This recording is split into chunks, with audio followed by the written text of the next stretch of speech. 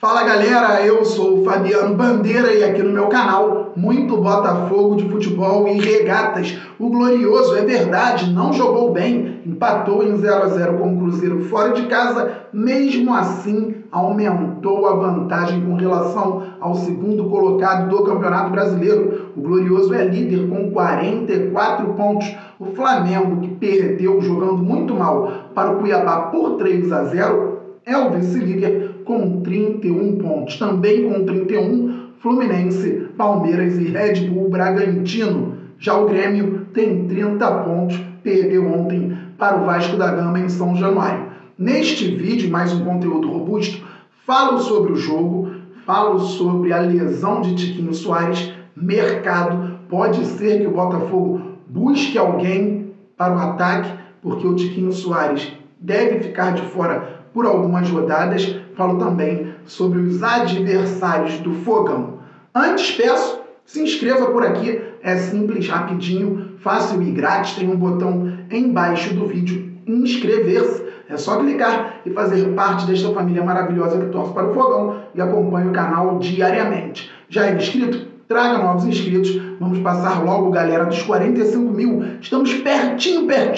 Depois vamos muito além, pois o Glorioso é gigante. Deixa o like, isto é fundamental para o crescimento do canal. E ative o sininho para que você receba as notificações de todos os vídeos e todas as lives que voltaram do canal Fabiano Bandeira.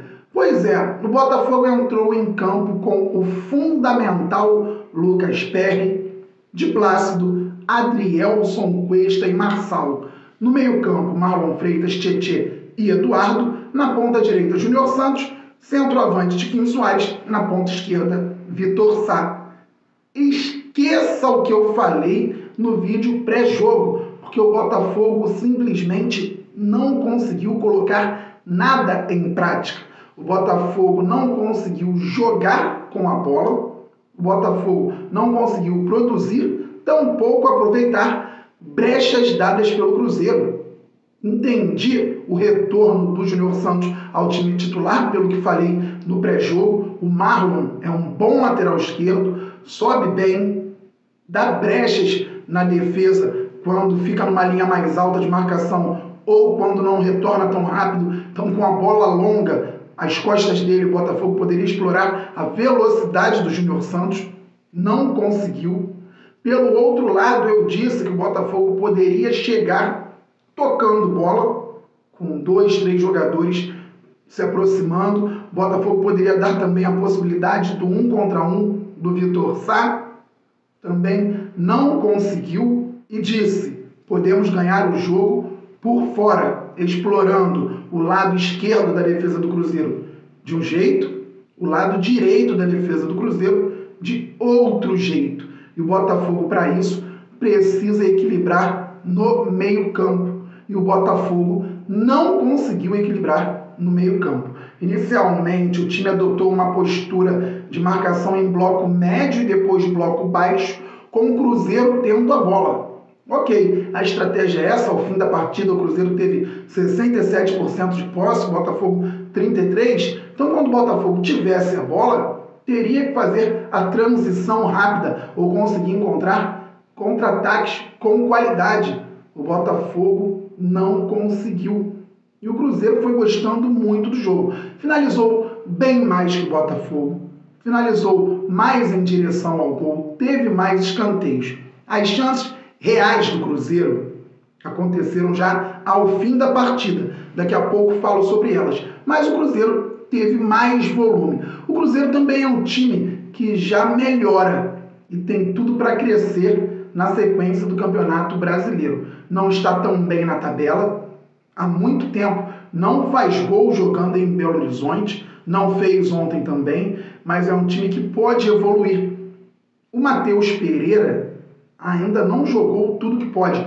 Longe disso, mas a presença dele em campo já faz com que o Cruzeiro tenha mais a bola. Ele é organizador, ele encontra ótimos passes e o gramado pavoroso do Mineirão atrapalhou muito o time do Botafogo, atrapalhou muito vários jogadores do Cruzeiro. Não atrapalhou tanto o Matheus Pereira, que é muito acima da média. Eu esperava um Botafogo jogando melhor. E os principais jogadores do time estavam muito mal. Pode ser porque o Botafogo joga num gramado espetacular e foi jogar com todo respeito em um pasto?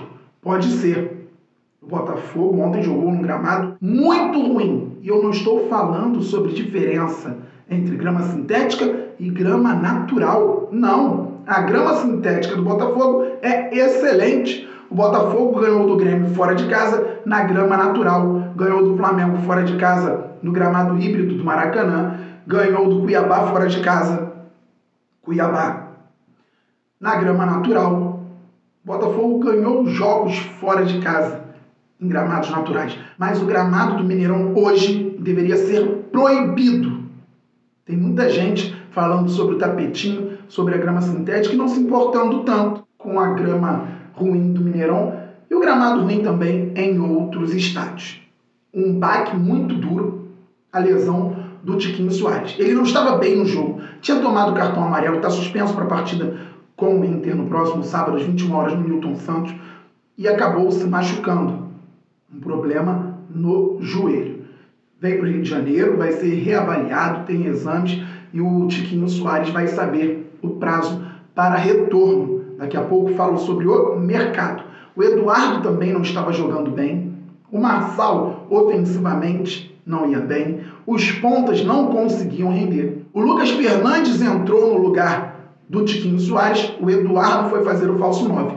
Uma coisa é o time estar preparado para isso. Contra o América Mineiro, o Botafogo não teria o Tiquinho por suspensão. Eduardo já sabia o que fazer antes da partida. Ontem foi uma surpresa. Então o Lucas entrou no meio campo e o Eduardo jogou mais adiantado. Também não deu certo.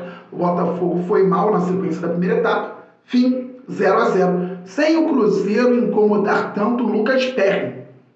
Veio o segundo tempo. Matheus Segovia no lugar do Júnior Santos. O Botafogo não conseguia produzir. Impressionante. O time ontem não conseguia sair.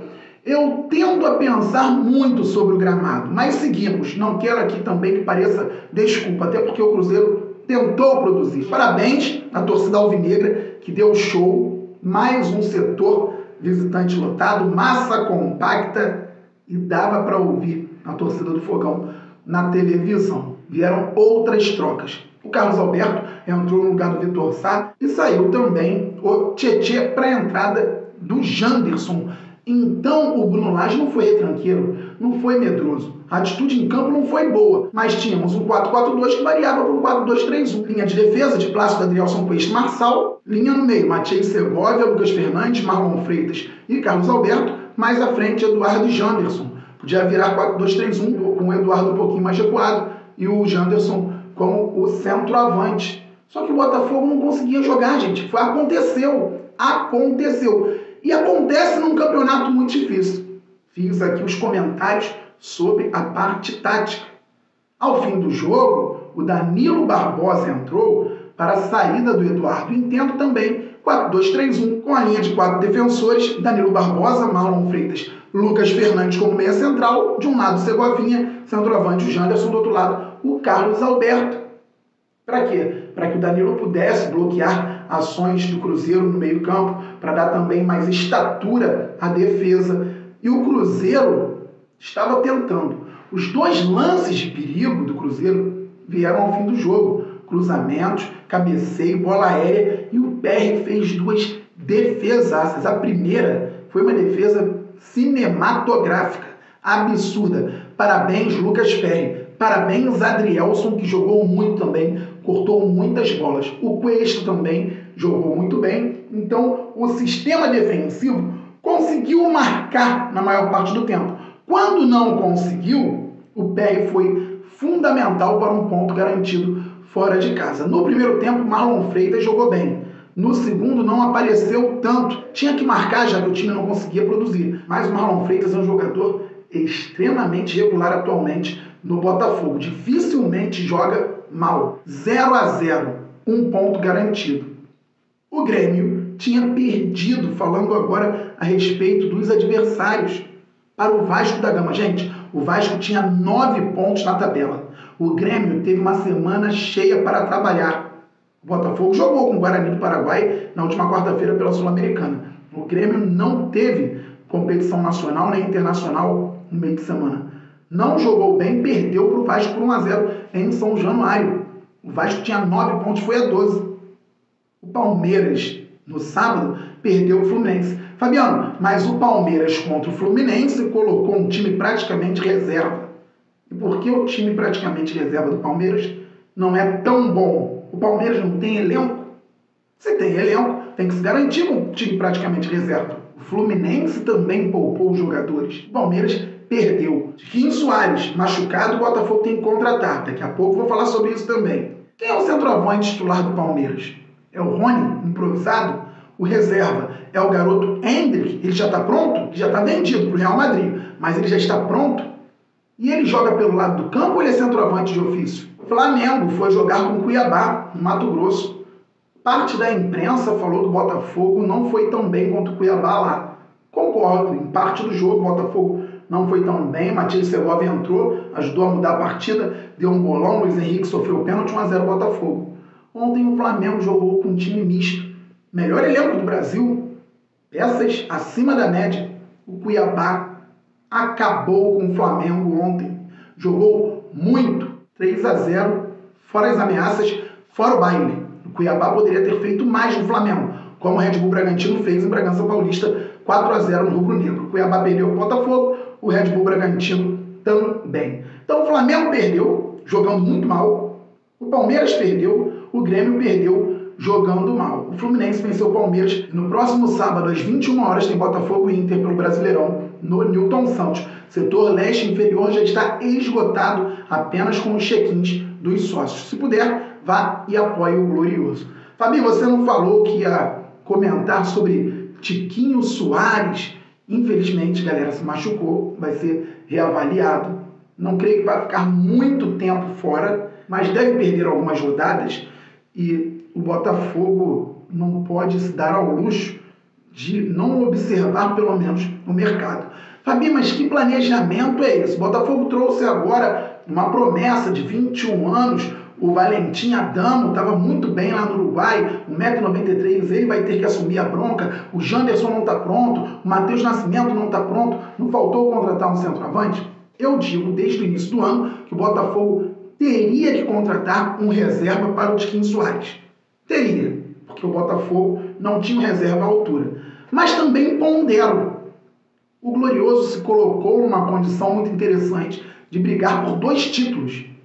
Um do Campeonato Brasileiro e outro da Copa Sul-Americana. Se o planejamento tivesse de acordo com o que foi pensado inicialmente, que era falado abertamente pelo ex-treinador e por John Textor, o pensamento seria vaga na Libertadores. Com busca por vaga na Libertadores, dentro do orçamento, o Botafogo não buscaria, talvez, um centroavante experiente para substituir o Tiquinho Soares.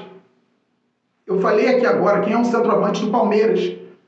Um time que joga muita bola há muito tempo e agora está num viés de oscilação. Então eu entendo o fato do Botafogo, dentro daquele desafio que vem citando, ter o Tiquinho Soares e ter alguns jovens tentando oportunidade. Até porque o Eduardo, quando foi preparado para fazer o falso 9, fez muito bem. Só que o acionista majoritário do clube também entende que a possibilidade de ganhar um título é real e pode ser que o Botafogo agora vá sim atrás de um camisa 9, entre aspas, de um centroavante para substituir o Tiquinho. Botafogo até o dia 25 de agosto pode inscrever algum jogador que esteja livre no mercado. Não pode trazer jogador com vínculo com algum clube. A janela de transferências fechou. O Botafogo pode ir ao mercado atrás de algum jogador livre. E há no mundo, claro, alguns centroavantes livres. Então o Botafogo procura, o scout trabalha, o John Textor confirma se faz ou não o investimento. Vamos então aguardar as próximas notícias sobre Tiquinho Soares e sobre o Botafogo no mercado por um centroavante para tiro curto, para busca por título. Eu estou tentando ser muito tranquilo aqui na minha fala, porque não quero ser mal interpretado. O Botafogo se colocou, felizmente, na condição de ganhar realmente título em 2023. Então, uma busca para curto, médio prazo talvez, até jogador de mais idade, para que o Botafogo continue com a consistência enquanto o Tiquinho Soares não puder contribuir. Esperamos que o Tiquinho Soares volte logo e eu torço muito para que isso aconteça. O Botafogo informou que Luiz Henrique e Raí, então Luiz Henrique recuperado, galera. Luiz Henrique e Raí vão se juntar ao elenco em BH para que treinem e viajem na terça-feira para Assunção, onde o Glorioso vai enfrentar o Guarani do Paraguai na quarta às 19 horas, pelo segundo jogo das oitavas de final da Copa Sul-Americana. O primeiro, o Botafogo venceu por 2-1 de virada na última quarta no Newton Santos. Então, Luiz Henrique recuperado, viajando para BH, com o Raí, vão ser integrados ao grupo. A qualquer momento eu volto. Saudações alvinegras, aquele abraço. Valeu, fui!